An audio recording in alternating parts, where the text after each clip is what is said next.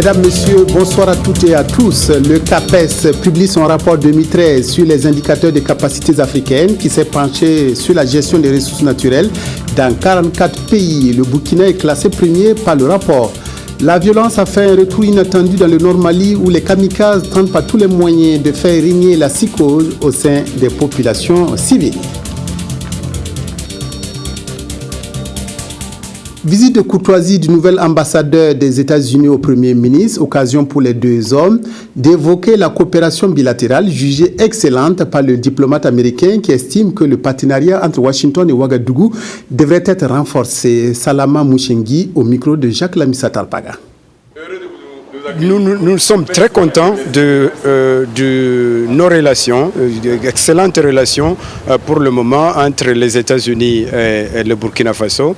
Comme vous le savez, votre président vient de faire une tournée aux États-Unis. Notre ambassade, notre présence ici au Burkina est là depuis les années 60. Nous sommes là pour le long terme. Et le Burkina, nous avons plusieurs volets pour lesquels nous entretenons de très bonnes relations avec le Burkina Faso, dont l'économie, le développement économique et la croissance économique. Ça, c'est un grand volet que nous travaillons ensemble avec le Burkina Faso.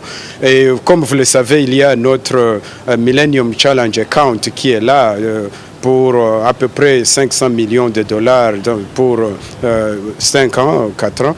Mais nous avons tout un tas de volets dont la sécurité interne et sécurité internationale, où nous travaillons ensemble.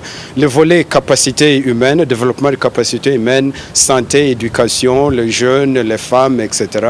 Nous avons le volet bonne gouvernance, dont nous travaillons ensemble, essayer de développer les institutions, tant politiques qu'administratives, travailler avec les sociétés civiles. Et nous avons le volet les défis internationaux qui sont toujours là avec nous, le terrorisme, les réfugiés, et tout ça qui se passe dans le monde. Ce qui affecte le Burkina affecte les États-Unis, ce qui affecte les États-Unis affecte le Burkina. Tout le monde est interconnecté et nous avons besoin de partenaires comme le Burkina Faso. Les États membres de l'UEMOA ont adopté en 2009 un nouveau cadre harmonisé des finances publiques. Cette nouvelle législation, qui comporte 6 directives novatrices, devrait entrer en vigueur en 2017. En attendant cette échéance, la Direction générale du Trésor et de la comptabilité publique a organisé une conférence publique à l'intention des étudiants de l'ENAREF. Reportage Cécile Vesda. Les étudiants de l'École nationale des régies financières ENAREF face au directeur général du Trésor et de la comptabilité publique et son staff. Le temps d'une conférence publique, ils vont échanger sur le nouveau cadre harmonisé des finances publiques au sein de l'UEMOA.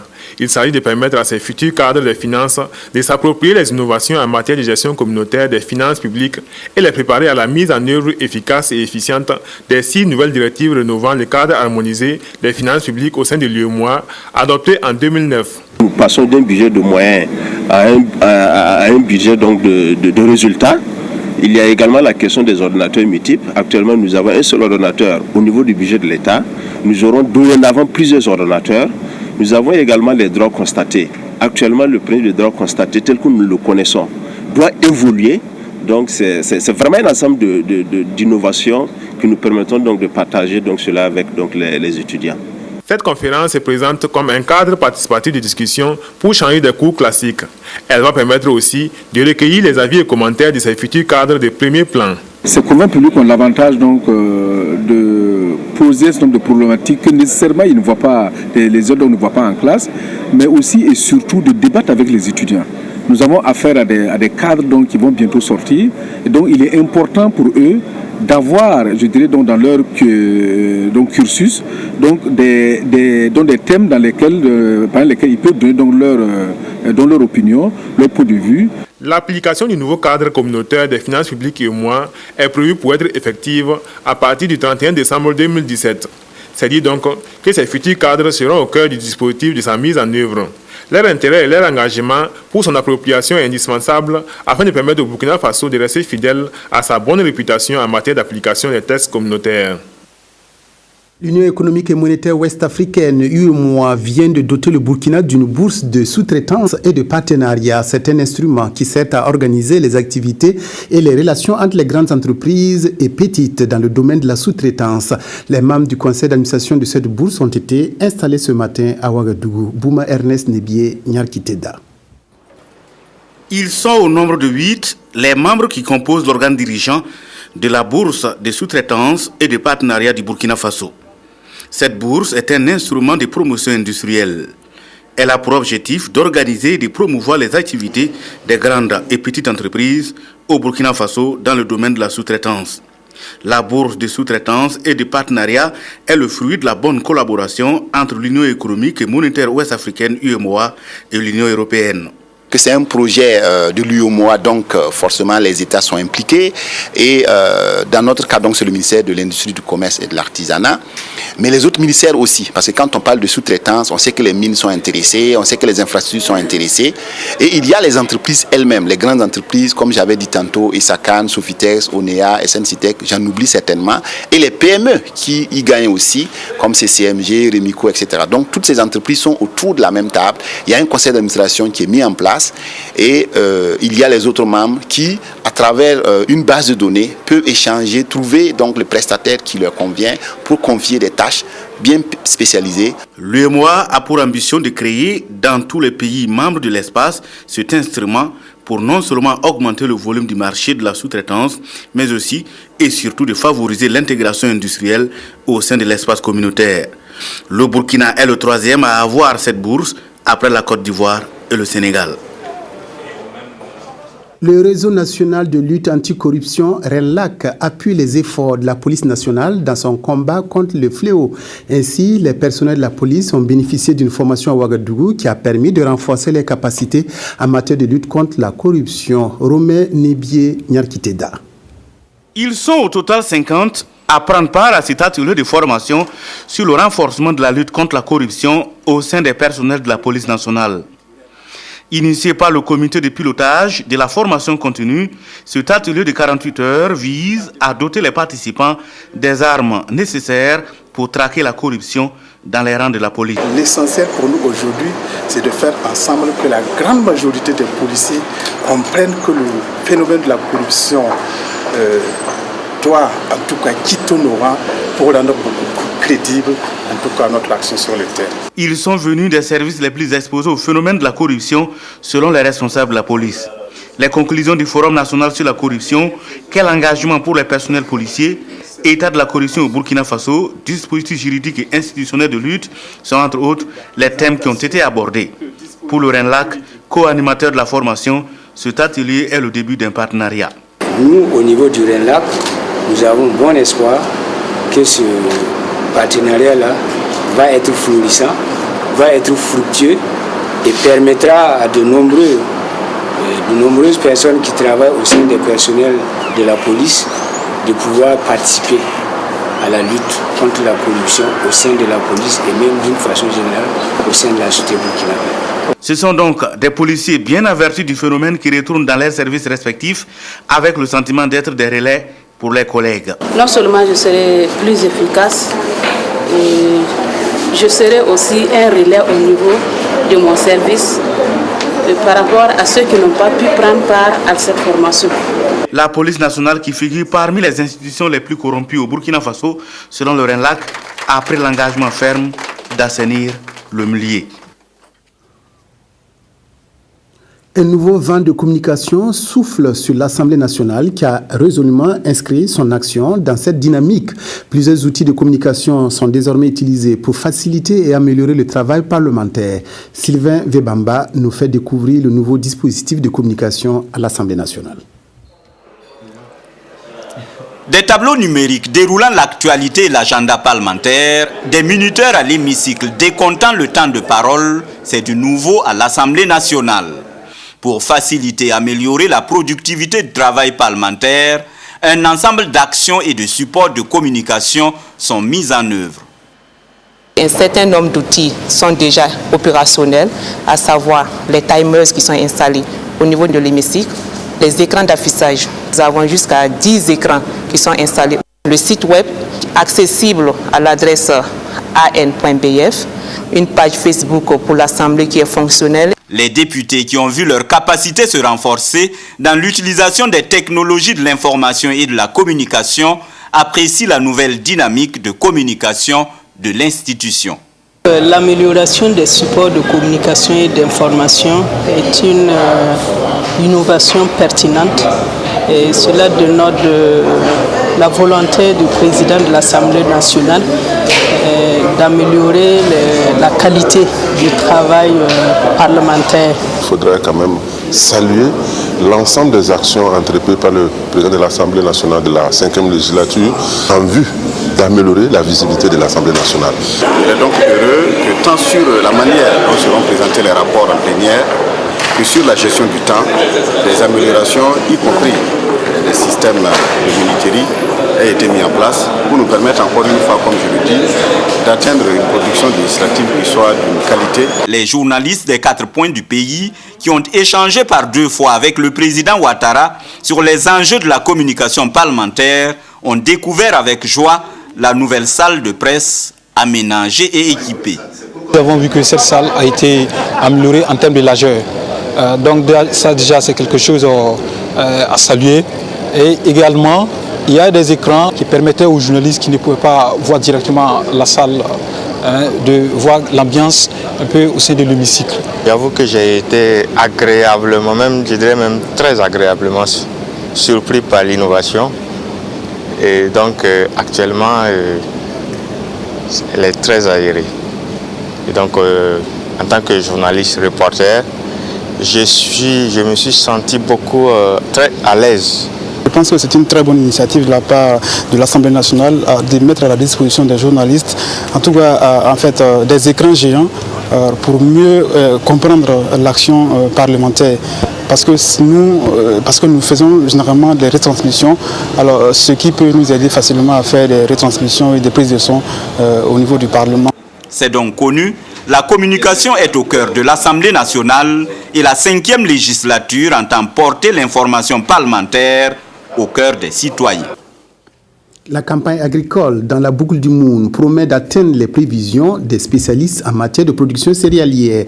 En se rendant dans le Sourou et le Nayala, le gouverneur de la région a pu mesurer les efforts fournis par les agriculteurs pour assurer à la région et au Burkina la sécurité alimentaire. Reportage à Addis Andamba.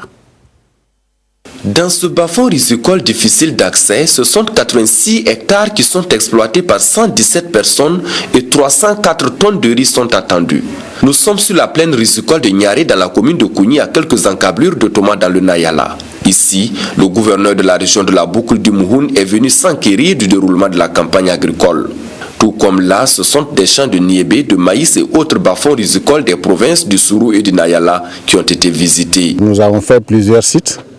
Et nous avons en tout cas ce sentiment que la saison sera très bonne, toute spéculation confondue. Du côté des services techniques, l'on confirme les propos du gouverneur et selon le premier responsable de l'agriculture et de la sécurité alimentaire de la boucle du Mouhoun, les prévisions seront atteintes. Au démarrage de la campagne, on s'était fixé comme objectif 1 200 et quelques tonnes. Je pense que nous allons atteindre cet objectif, sinon même le dépasser. Et pour le maintien de ces performances, surtout à long terme, les différents acteurs, notamment l'État burkinabé, gagneraient à surmonter des difficultés telles que l'insuffisance des intrants, l'équipement et le manque de fonds de roulement pour les groupements. C'est des questions de gestion parfois. Et si des dispositions ne sont pas prises au niveau des groupements, effectivement, le fonds s'érode et en fin de compte, on n'a plus suffisamment d'argent pour acquérir les intrants. Et à ce niveau-là, je crois qu'il y a un besoin de renforcement des capacités des organisations et nous allons voir dans quelle mesure les accompagner dans ce sens. Autre besoin auquel l'État burkinabé et ses partenaires devraient faire face, c'est l'aménagement des bas-fonds, car faut-il le rappeler, la région de la boucle du Mouhoun dispose de 70 000 hectares de terres inondables, dont seulement 8% sont aménagés. Aussi, sur 34 000 hectares de bas-fonds aménageables, seulement 11% est aménagé. Le Burkina classé premier pour la gestion de ses ressources naturelles renouvelables et non renouvelables. C'est le rapport 2013 du CAPES qui a fait l'état des lieux de la gestion des ressources naturelles dans 44 pays qui l'affirment. Le rapport de cette année a été rendu public aujourd'hui. Reportage Nyarkiteda. Le Burkina Faso sur le toit de l'Afrique pour la bonne gestion de ses ressources naturelles. Les terres, les forêts, la faune et l'eau, ainsi que les minerais ont été gérés efficacement selon le rapport sur les indicateurs de capacité en Afrique. C'est un rapport rendu public ce lundi par le CAPES, le Centre d'analyse des politiques économiques et sociales, et son bailleur de fonds, la Fondation pour le renforcement des capacités en Afrique, ACBF. Le rapport indique clairement que sur 44 pays enquêtés par des experts de plusieurs nations, le Burkina Faso a atteint une performance considérable sur les différents critères de notation qui se résument essentiellement autour de 4 points. En premier, c'est au niveau des politiques de gérer les ressources naturelles. La deuxième catégorie, c'est la mise en œuvre des programmes et projets pour mettre en œuvre les activités qui suivent ces politiques. Et troisièmement, c'est les résultats du développement. Et la quatrième catégorie, c'est l'investissement dans les capacités dynamiques. Le Burkina Faso a investi dans la qualification du personnel avec un projet associant le renforcement des capacités et la valorisation des ressources naturelles pour faire face au changement climatique. Et le souhait du gouvernement que le rapport de l'ACBF soit utilisé à bon escient par les acteurs pour prendre en compte les différentes recommandations. Ce rapport produit par l'ACBF, nous devons en tant que politique, en tant qu'acteurs nationaux, de se l'approprier et de voir comment en interne ce rapport peut être capitalisé. Qu'il soit d'abord connu de tous les acteurs locaux, tous les acteurs publics. Par la présentation du rapport sur les indicateurs de capacité en Afrique RICA 2013, c'est une occasion pour le CAPES d'ouvrir des débats sur la gestion des ressources naturelles au Burkina à travers un forum de haut niveau animé par des spécialistes des questions de l'environnement. Le premier forum des jeunes pour l'environnement s'est tenu samedi à Ouagadougou à l'initiative de la Fondation April. À travers cette manifestation, il s'agissait d'impliquer la jeunesse dans la lutte contre les changements climatiques. Le forum avait pour thème du reste changement climatique, enjeux et perspectives pour la jeunesse burkinabé. Reportage Adma Koulibaly. Après un peu plus d'un trimestre d'existence, la Fondation April pour l'environnement affûte déjà ses armes. Au détour de ce premier forum des jeunes sur l'environnement, elle entend impliquer la jeunesse burkinabé dans la recherche de solutions au phénomène des changements climatiques. Sous la thématique des changements climatiques, enjeux et perspectives pour la jeunesse burkinabé, plusieurs communications seront présentées à cet effet. Il y aura 3 thèmes que nous allons aborder. Un premier thème, jeunesse et environnement, qui sera animé par le ministère de la Jeunesse. Voilà, c'est un thème en tout cas qui est vraiment très important, où on pourra voir les liens entre la jeunesse, c'est-à-dire surtout les organisations de la société civile des jeunes, et les luttes dans le domaine de l'environnement.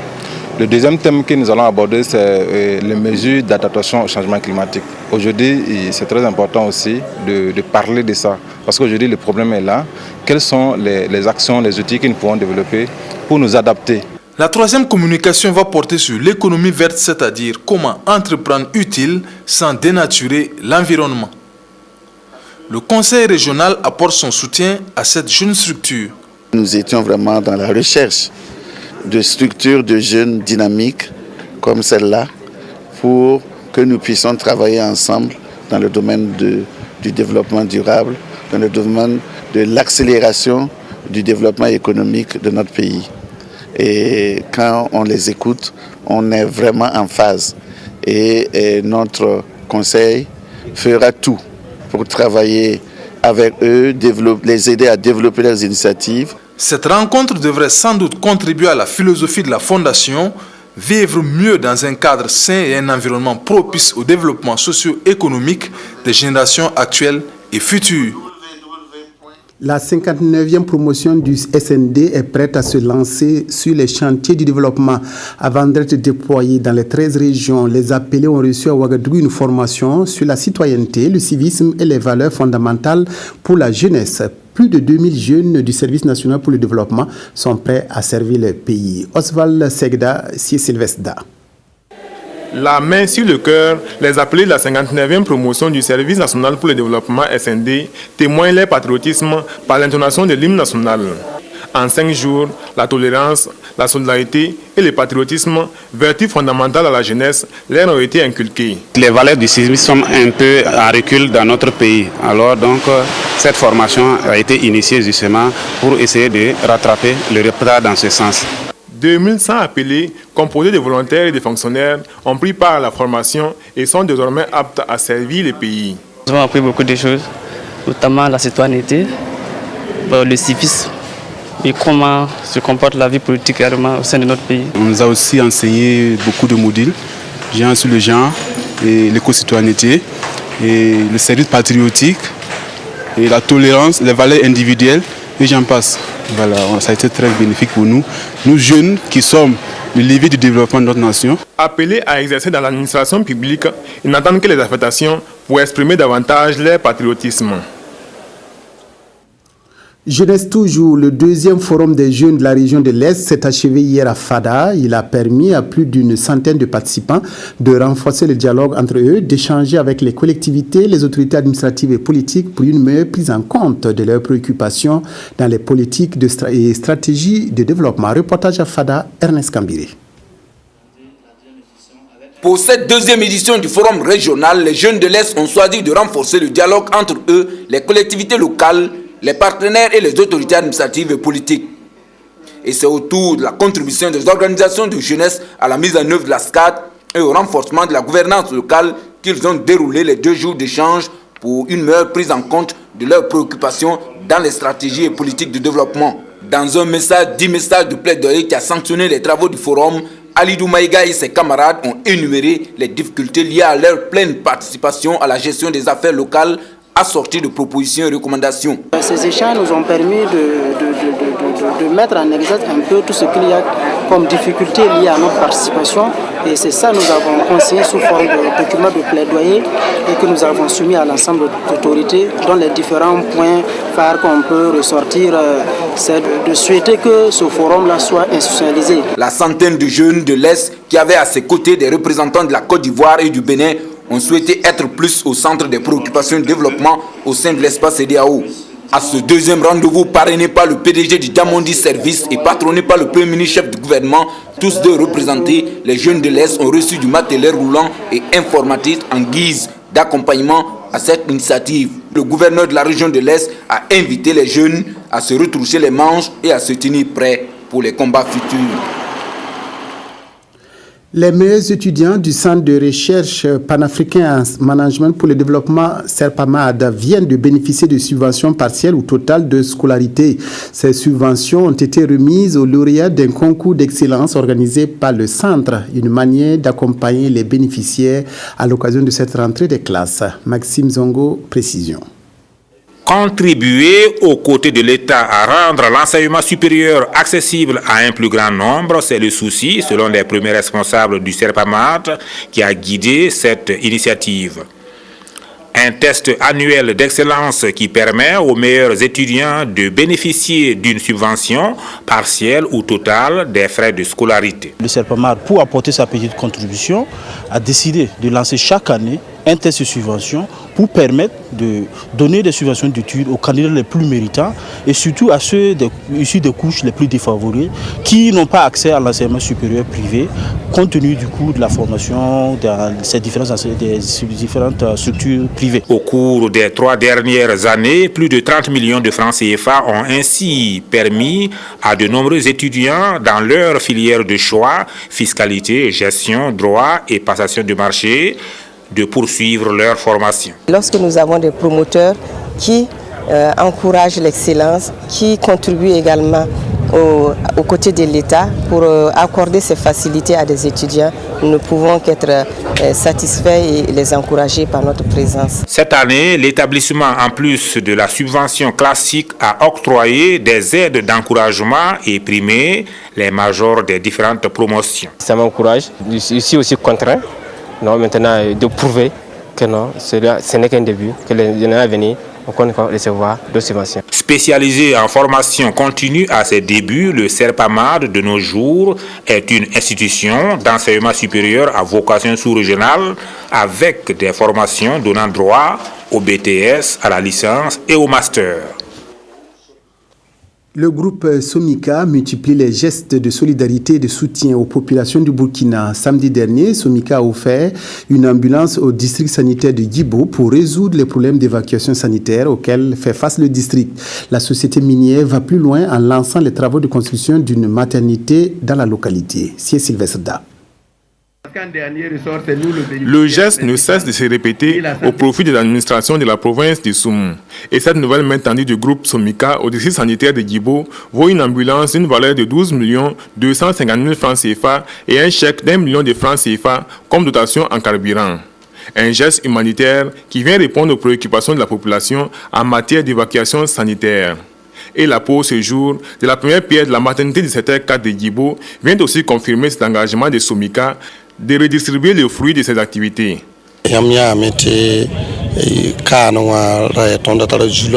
Pour les questions de santé ici à Djibo, c'est souvent une course contre la montre et il faut avoir des véhicules capables de traverser les zones d'accès difficiles. L'ambulance constitue donc un élément important dans le dispositif sanitaire.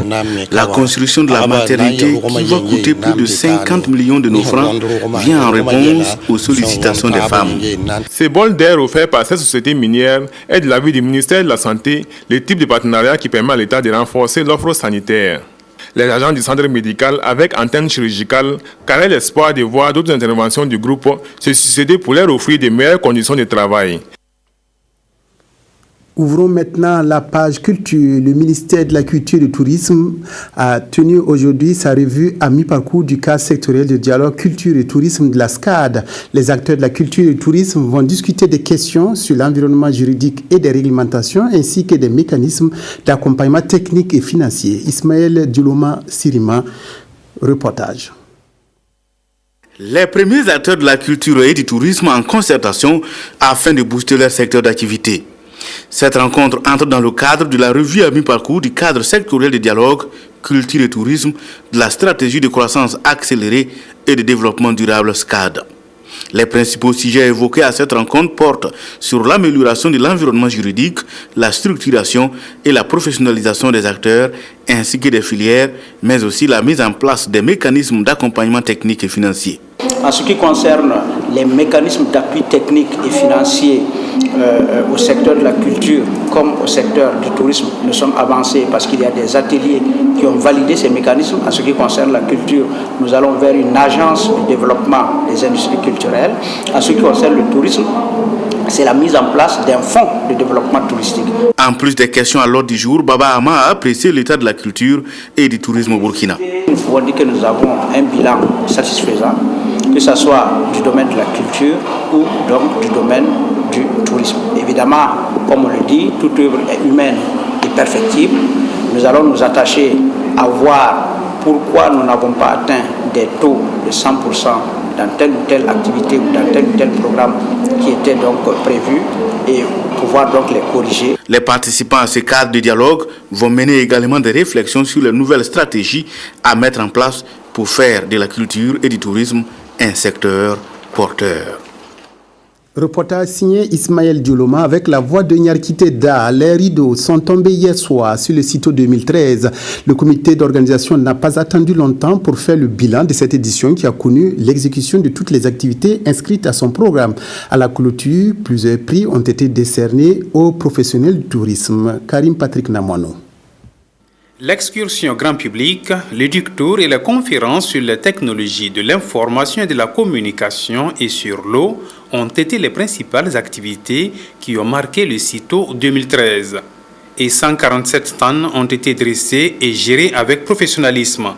Le pari est tenu et voici venu l'instant solennel des récompenses. 3 agences de voyage, 7 établissements touristiques et un guide de tourisme reçoivent des prix spéciaux.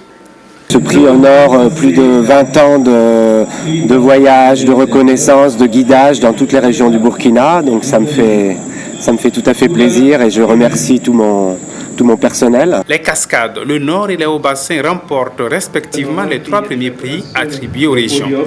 Les distinctions des professionnels profitent à Splendid Hotel, à l'hôtel Laïco et à l'ONTB. Les prix du meilleur stand pays reviennent au Mali 3e, la Côte d'Ivoire 2e et le Tchad, pays invité d'honneur, est classé 1er. Nous sommes satisfaits et déjà je vais vous dire que l'année prochaine on sera encore avec une plus forte délégation. Au-delà de la satisfaction, le CITO 2013 aura été un cadre d'échange fructueux. Ce qui était important pour nous, c'est les contacts que les professionnels ont pu tisser avec d'autres professionnels du continent et des professionnels venus d'ailleurs. Parce que c'est cela qui va nous permettre véritablement de positionner nos différentes destinations sur l'échelle mondiale. CITO 2013, c'en est fini, les rideaux sont tombés et les artistes, musiciens et danseurs tchadiens font leurs dernières prestations comme pour dire au revoir aux professionnels du tourisme. La finale de la 14e édition de Fitini Show a eu lieu hier à Bobo Dioulasso. Tous les ingrédients d'un rendez-vous culturel étaient réunis au Stade Obi où compétition des candidats et prestations d'artistes musiciens invités ont donné un cachet particulier à cette manifestation destinée avant tout aux enfants. La finale était placée sous le parrainage du président de l'Assemblée nationale. Reportage à Bobo Dioulasso, Sylvain Bebamba. En ballet, catégorie la plus relevée de cette compétition, ce sont les tout petits de Sarfalao qui se sont distingués parmi les 4 troupes finalistes, remportant de fait le Silure d'or et la somme de 800 000 francs CFA. L'année passée, on a participé, on a été éliminé en finale régionale. Bon, cette année, on a décidé de venir en colère. Puisqu'on voulait donner le nom tout petit en colère de Sarfalao. Mais bon, on n'a pas pu donner ça. On dit bon, on va faire ça dans le travail. Sylvain Ulrich Remen a été classé premier en imitation d'artistes, devançant les 4 autres concurrents. L'élection Miss Sunguru Saramani a vu le sacre de Olivia Tissier aux dépens des autres prétendants. Le jury qui devait départager les candidats dans les 3 catégories n'a pas eu la tâche facile. Le niveau était très élevé, il fallait le départager. Nous, on avait des critères sur lesquels on devait se baser pour les départager. Bon, Dieu merci, on a pu les départager. L'édition 2013 de Fitini Show a réussi le pari de l'organisation de la manifestation au Stade Obi et non au Théâtre de l'Amitié, et également de s'ouvrir à d'autres pays comme le Niger, le Mali et la Côte d'Ivoire, à la satisfaction des porteurs de ce projet. Fitini Show était un concept que je soutiens pratiquement depuis 2006 et c'était un concept qui allie à la fois l'éducation citoyenne mais également la promotion de l'art. Je voudrais tout simplement encourager tous les acteurs de ce concept et leur dire d'aller toujours de l'avant parce qu'ils font œuvre utile. Mais Fitini Show est également l'occasion pour moi de dire toute mon admiration aux artistes burkinabés et de leur traduire mon engagement et mon soutien. Et pour agrémenter cette fête qui met au devant les enfants, des artistes musiciens de métier du Burkina et d'ailleurs ont apporté leurs notes. Nous avons voulu démontrer ce soir qu'au Burkina, il y a des jeunes dynamiques, des jeunes compétents, des jeunes courageux, des jeunes qui sont capables d'organiser une manifestation d'envergure internationale. Chacun des finalistes est reparti avec au moins une récompense et une attestation de participation. Des partenaires de l'événement ont également reçu en signe de reconnaissance des attestations. Ce communiqué avant de nous séparer à l'occasion de l'audience solennelle de la rentrée judiciaire 2013-2014, placée sous le très haut patronage de son Excellence, Monsieur le Président du Faso, président du Conseil supérieur de la magistrature, la Direction générale du protocole d'État convie les personnalités invitées dans la salle des banquets de Ouaga 2000 demain, mardi 1er octobre 2013 à partir de 8 heures.